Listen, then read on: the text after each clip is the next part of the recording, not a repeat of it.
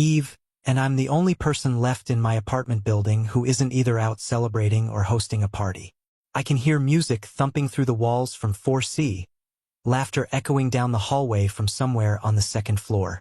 My phone sits face down on the coffee table. I flipped it over an hour ago because I couldn't stand watching the group chat blow up with photos of everyone having the time of their lives. 3 months ago, I would have been in those photos. 3 months ago, Amanda and I would have been getting ready for the biggest party of the year at her best friend's loft downtown. 3 months ago, I had a plan for my life that made sense. The apartment feels wrong tonight. Too quiet. Too empty.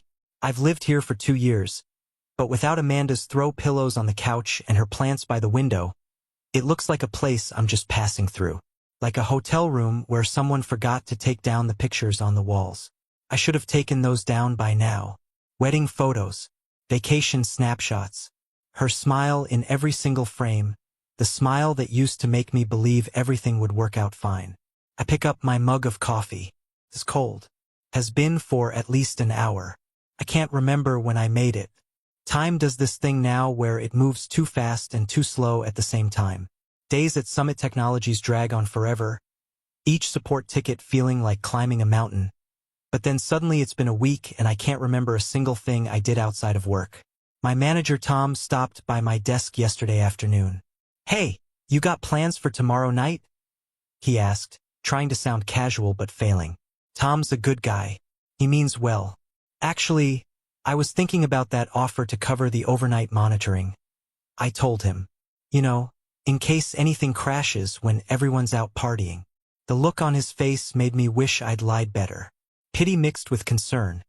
The same look everyone's been giving me since Amanda left. "You sure, man? It's New Year's Eve. You should be out there, not stuck watching server logs." "I'm sure," I said. Even though I wasn't sure of anything anymore except that I couldn't face another party where I'd have to explain my situation to people who thought they were being helpful by setting me up with their single friends. Tom nodded slowly. "Well, if you change your mind, my door's open. Literally. I'm having people over." I thanked him and turned back to my screen, pretending to be absorbed in code until he walked away. The truth is, I didn't change my mind about the monitoring shift. I called back an hour later and told him I'd handle it from home instead. Monitoring doesn't actually require me to be in the office. I could do it in my pajamas if I wanted. But what I really wanted was an excuse to tell people when they asked about my plans. Now it's New Year's Eve and I'm sitting here in those pajamas, watching the clock tick toward midnight like it's mocking me. Amanda used to love New Year's Eve. She'd plan for weeks, picking out the perfect outfit, making reservations months in advance. "It's about new beginnings," she'd say, her eyes bright with possibility. "Every year is a chance to start fresh." I wonder if she's starting fresh right now in Denver. I wonder if she's wearing that silver dress she bought last January. The one she never got to wear because I had to work late and we missed our reservation. I wonder if her new boyfriend appreciates the way she counts down from 10, getting more excited with each number, then throws her arms up at midnight like she just won something. I shake my head, trying to dislodge the thoughts. This is the problem with being alone. My brain just spirals, picking at old wounds until they're fresh and bleeding again. I need a distraction. I pull my laptop closer and open the monitoring dashboard. Everything's running smooth. All green indicators. No fires to put out, no problems to solve. Just me and the quiet hum of my refrigerator and the distant sound of other people having fun. The rent notice is still sitting on my kitchen counter. I saw it 3 days ago and haven't touched it since. $50 increase starting in February. It doesn't sound like much, but when you're already doing math in your head every time you buy groceries, $50 might as well be $500. I've got savings, but they're shrinking faster than I want to admit. The divorce lawyer wasn't cheap. Neither was moving Amanda's stuff to a storage unit, because I couldn't stand looking at it, but she wasn't ready to deal with it yet. I think about calling my brother. He's probably at some house party in Portland right now, surrounded by friends and noise and life. He's been texting me all week, trying to convince me to drive down and stay with him for the weekend. "You can't spend New Year's alone, bro," his last message said. "That's just sad." He's right. It is sad. But the thought of getting in my car and driving 3 hours just to plaster on a fake smile and pretend I'm doing great sounds even sadder. At least here, in my apartment, I don't have to pretend. I can just be exactly what I am. A 35-year-old guy whose life didn't turn out the way he planned, sitting alone on New Year's Eve because he's too tired to pretend otherwise. The fireworks start early somewhere in the neighborhood. I can hear them through the window, those sharp cracks followed by whistles and booms. I used to love fireworks. Amanda and I would bundle up and walk down to the waterfront every New Year's Eve, finding a spot on the pier where we could see the Space Needle all lit up. She'd hold my hand in her coat pocket to keep it warm. We'd kiss at midnight while colors exploded overhead. I press my forehead against the window glass. It's cold enough to make me flinch, but I keep it there anyway. The street below is empty except for a couple hurrying toward a car, dressed up and late for something. The woman's laughing, pulling the guy by his hand. He's smiling at her like she's the only person in the world. I close my eyes. I'm doing my best. I whisper to nobody. I'm really doing my best here. The apartment doesn't answer. It never does. The knock is so unexpected that I actually jump, sloshing cold coffee onto my shirt. For a second, I think I imagined it. Maybe someone in the hallway, headed to the wrong apartment. But then it comes again, 3 firm raps that are definitely meant for my door. I check my phone. 11:47 p.m. Nobody knocks on doors at 11:47 p.m. on New Year's Eve unless something's wrong. My first thought is that someone in the building had an emergency. My second thought is that it's probably Tom, having drunk too much at his party and deciding to check on me in person. I pad across the carpet in my socks, my heart doing this weird thing where it speeds up for no good reason. Through the peephole, I can see a woman standing in the fluorescent hallway light. It takes my brain a moment to process what my eyes are seeing because it doesn't make sense. Margot Sinclair, my CEO, standing outside my apartment at almost midnight on New Year's Eve. I actually lean back and look through the peephole again, thinking maybe the coffee I've been drinking all night somehow went bad and I'm hallucinating. But no, she's still there. She's wearing jeans and a shirt, not the sharp designer suits she wears in the office. Her auburn hair is pulled back, and there are snowflakes melting on her shoulders. She's holding a paper bag and looking at my door like she's trying to decide whether to knock again or leave. My hand hovers over the doorknob. This can't be real. Margot Sinclair doesn't even know where I live. She probably doesn't know my first name without checking the employee directory. We've been in the same meeting maybe 4 times in the 7 years I've worked at Summit, and she's never once looked directly at me. She raises her hand to knock again. I open the door before I can talk myself out of it. Her hand freezes mid-air. For a moment, we just stare at each other, equally surprised, which doesn't make sense because she's the one who knocked. "Hi," she says, then clears her throat. "I'm sorry." This is incredibly strange. You're probably wondering why I'm here. I'm wondering a lot of things, but I can't seem to make my mouth form words. She looks different outside the office. Younger somehow, or maybe just more human.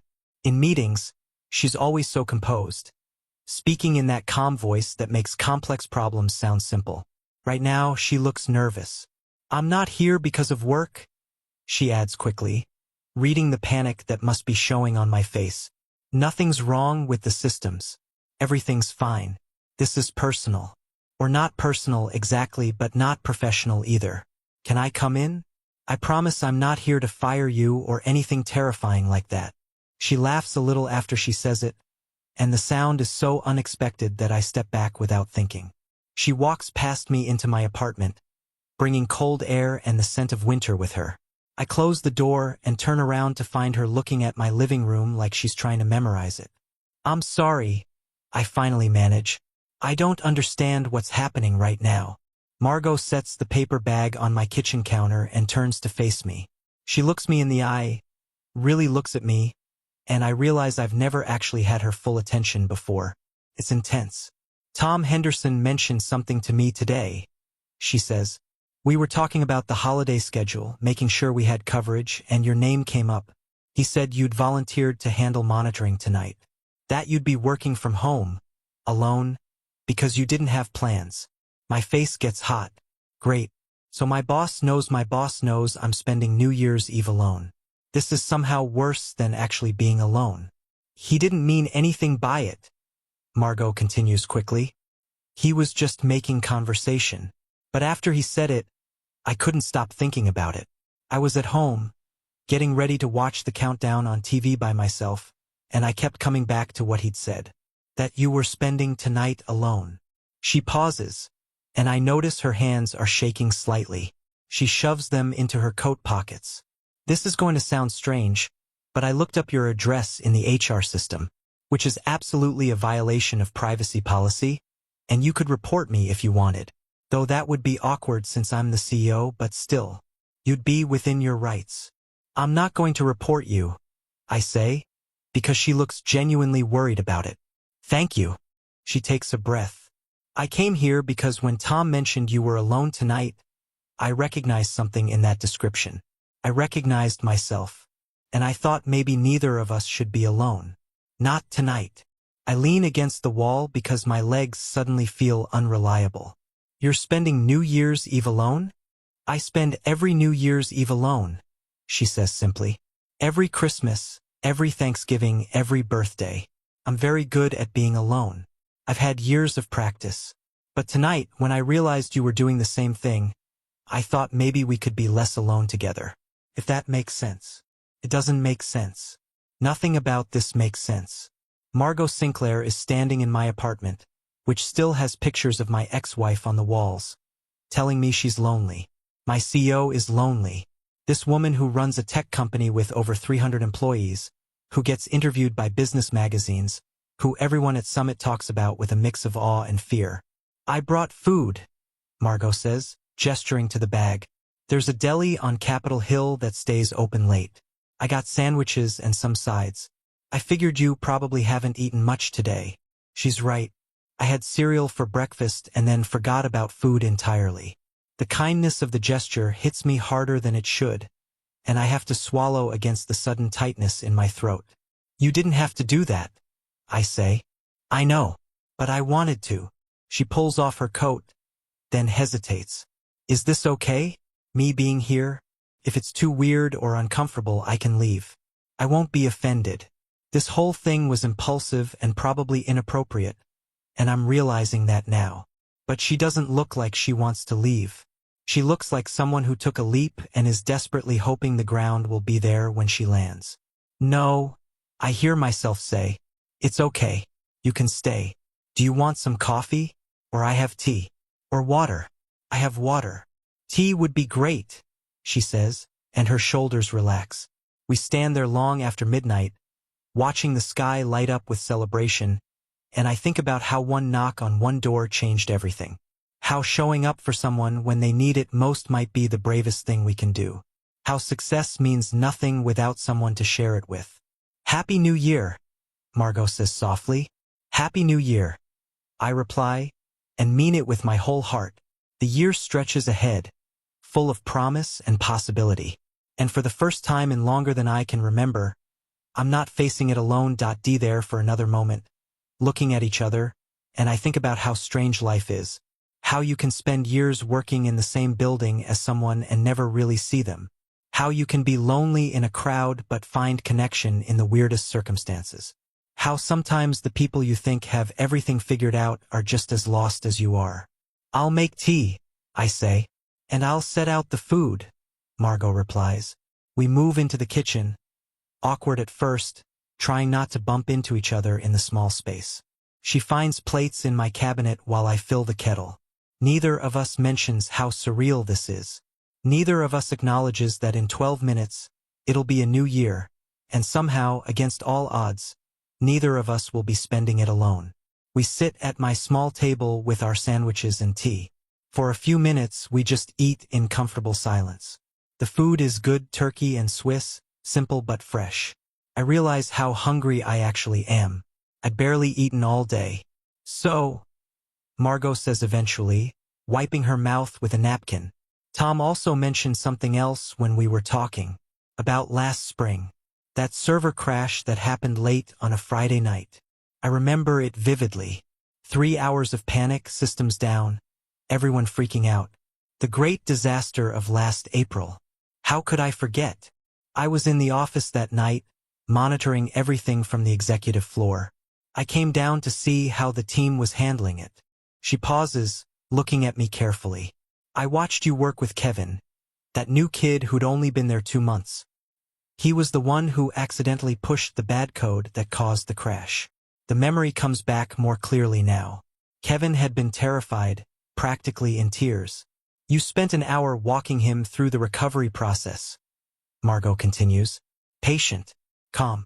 You could have blamed him, thrown him under the bus, made yourself look better. Instead, you told him that everyone makes mistakes. That the difference between good developers and great ones isn't that great ones don't mess up. It's that they learn from it and help others learn too. I shrug, uncomfortable with the praise. He was a good kid, just scared. That moment stuck with me, Margot says quietly, because I realized I'd built my entire career on the opposite idea. That asking for help was weakness. That real leaders never showed vulnerability. That if you couldn't handle everything yourself, you didn't deserve to be in charge. She sets down her sandwich and looks at me directly. Can I tell you something I don't usually admit? Of course. I'm 41 years old. I have an apartment with views of Elliott Bay that travel magazines have photographed. I drive a car that cost more than most people make in a year. I've been in Forbes, given talks at conferences, been called one of the most successful women in tech. She pauses. And I'm completely alone. The words hang in the air between us. Not lonely, she continues. There's a difference. Lonely is temporary. This is just how my life is now. I have colleagues, not friends. I have business contacts, not relationships. I can't remember the last time someone called me just to talk. Not to ask for something. Not because they needed a decision made, just to talk. I don't know what to say. Margot Sinclair, the woman who runs a company worth millions, sitting in my cheap apartment admitting she's isolated. My last date was 18 months ago, she says, and there's something raw in her voice. A guy from venture capital that someone set me up with. He spent the entire dinner on his phone. 3 times he took calls during the meal. When I finally said something, he looked at me like I was being unreasonable. Like his deals were obviously more important than the conversation we were supposed to be having. That's terrible, I say. The worst part? I stayed for dessert. I didn't walk out. I just sat there, eating tiramisu, wondering when I'd become someone who accepted being treated like an interruption. She wraps her hands around her mug of tea, staring into it. Tonight, New Year's Eve, I was in my apartment with sushi from that place on First Avenue that charges $40 for a roll. I had champagne that cost more than your weekly groceries probably. Everything was perfect, beautiful, expensive.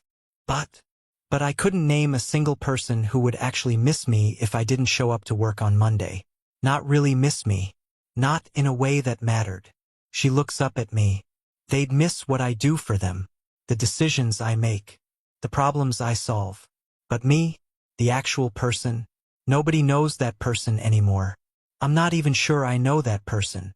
The vulnerability in her admission makes my chest tight. Here I've been, thinking my life was falling apart because I couldn't afford car repairs. And this woman who seems to have everything is telling me she has nothing that matters. When Tom mentioned you were spending New Year's alone, Margot continues, something cracked inside me, because I recognized myself in that description. A person spending a holiday alone, pretending it was a choice. She meets my eyes. I drove across the city to knock on your door because I thought maybe we could remind each other that we don't have to be alone. That asking for connection isn't weakness.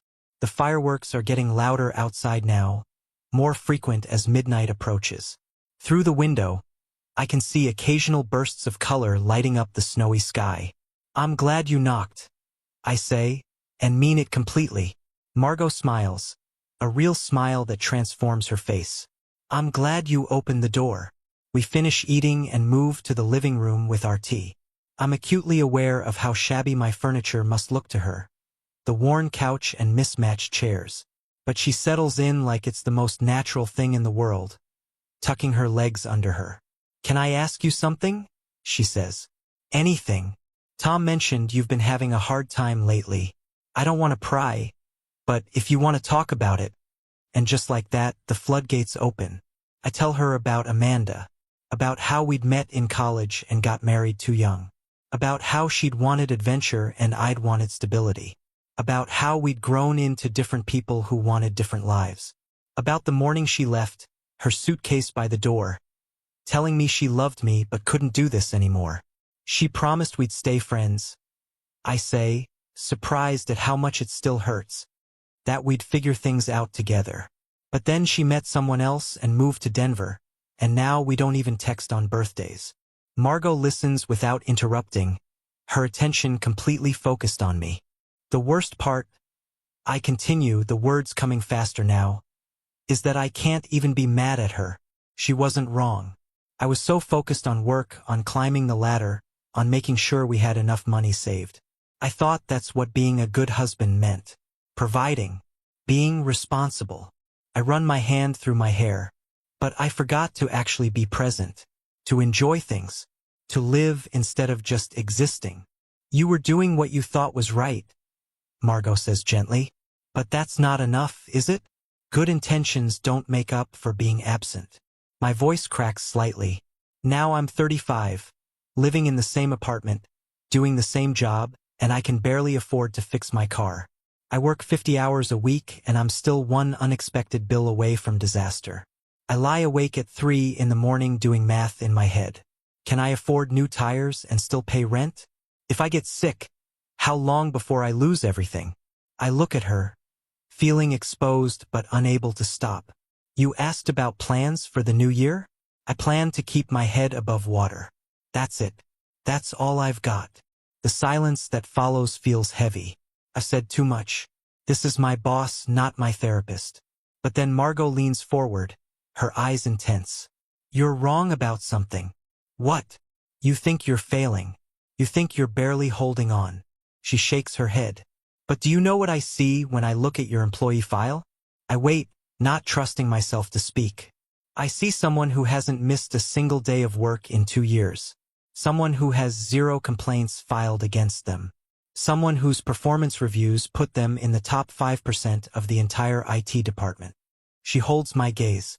Last month, when we did those anonymous team surveys, your team gave you the highest satisfaction rating of any manager in the company. My throat feels tight. Do you know what they said about you?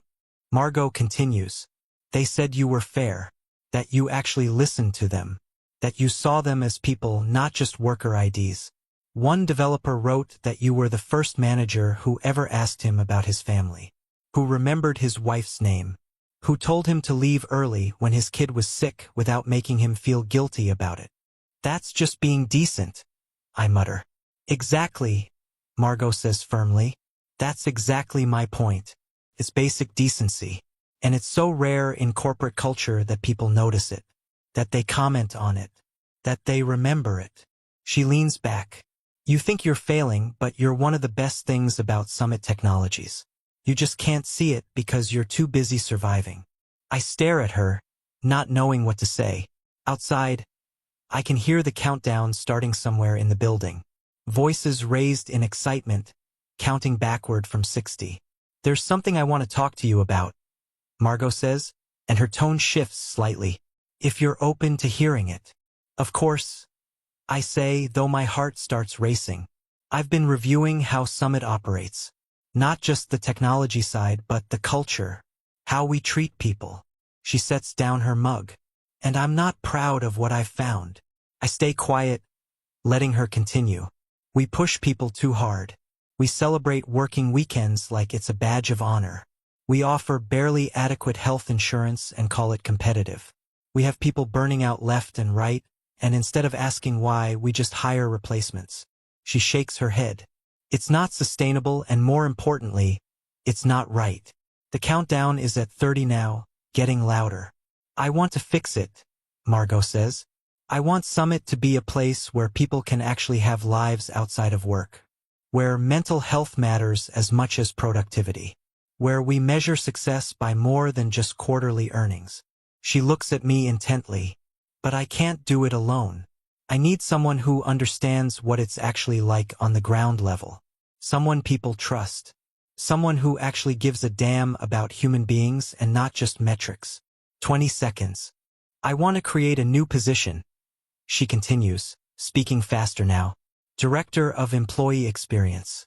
Someone who reports directly to me and has real authority to make changes. Someone who can bridge the gap between leadership and everyone else. 10 seconds. What would that even look like? I ask, my mind racing. You'd work with department heads to implement better policies. Flexible schedules. Real mental health support. You'd identify problems before they become crises.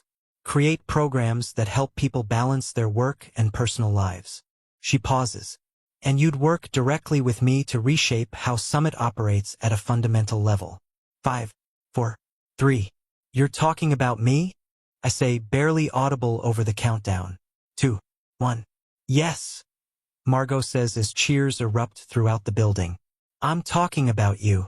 Fireworks explode outside, lighting up the room in flashes of red and gold. The building shakes slightly with the collective celebration happening all around us. Margot and I just sit there, looking at each other while the new year arrives with all its noise and light. I don't understand, I finally say when the immediate chaos dies down a bit. Why me? I'm just an IT manager.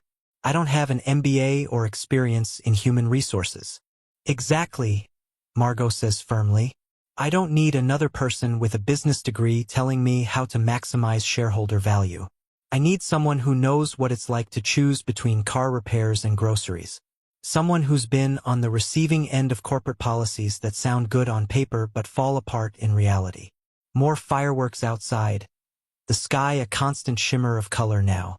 I've never done anything like this before, I say. Neither had I when I became CEO. We learn by doing. She softens her tone. Look, I'm not asking you to decide right now. Take some time. Think about it. But even as she says it, I feel something stirring inside me. Not just hope, but something bigger. Purpose. The idea that maybe my struggles hadn't been meaningless. Can I ask you something? I say. Anything. Is this really about the position? Or do you feel sorry for me? The question comes out harsher than I intended. But I need to know. I can't take charity. Margot doesn't look offended. If I felt sorry for you, I'd write you a check and leave. This isn't charity. This is me recognizing talent that's been sitting right under my nose, being wasted on password resets and printer jams. My job is more than that, I say defensively. I know it is, and you do it brilliantly. But imagine what you could do with actual resources and authority. Imagine being able to help not just your team, but everyone at Summit. Her eyes are bright with genuine enthusiasm. I've seen your surveys. People love working for you. They feel heard and valued. That's not a skill you can teach in business school. That's who you are as a person. Through the window, the fireworks continue, painting the snowy sky in brilliant colors.